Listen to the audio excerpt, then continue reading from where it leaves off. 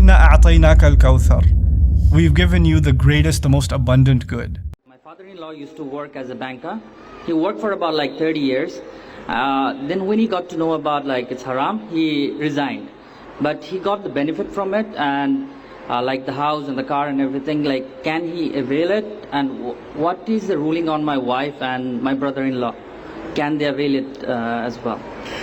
There are two views there completely, and I incline towards the view that if the man has asked Allah's forgiveness and so on, then that wealth he has had, he may use whatever he's got up to now, and by the will of Allah, from the cut-off date where he's asked Allah's forgiveness really and sincerely. We're not talking of someone who said, okay, one day we'll ask for forgiveness. In this case, it sounds very genuine that, so inshallah, whatever has passed, may Allah forgive it, and Allah subhanahu wa ta'ala will grant goodness, and we hope that from that day on, it will actually, the sustenance that does come in will not be of a similar nature. Wallahu a'lam. So don't issue rulings to say, I'm not going to go to the house and I don't want to do this. The men have made tawbah, the people have turned to Allah subhanahu wa ta'ala, and alhamdulillah.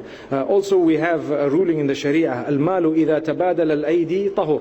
Wealth, when it changes hands, it becomes pure. Like, for example, a person might have earned wealth through haram means. Say, let me give you one example. You have a supermarket or a little shop, and someone walks into your shop, say for example a prostitute who's earned money through haram, and she comes to buy water and milk and something from your shop. It is not your duty to ask her, hey, fill in this form, where did you get your money? The fact that money is being exchanged for something halal, it makes it permissible for you to eat that money.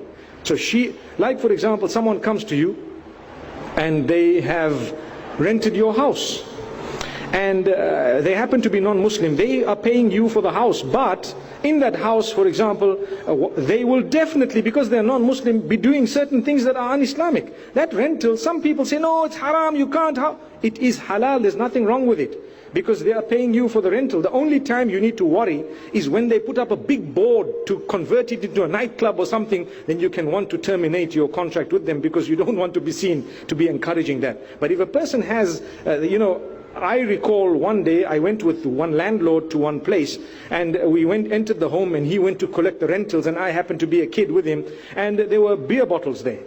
And I just looked and I said, and I was a young kid. As we grew older, we realized those were not even Muslims, and the person collected his rent. May Allah subhanahu wa ta'ala help us and guide us and forgive us.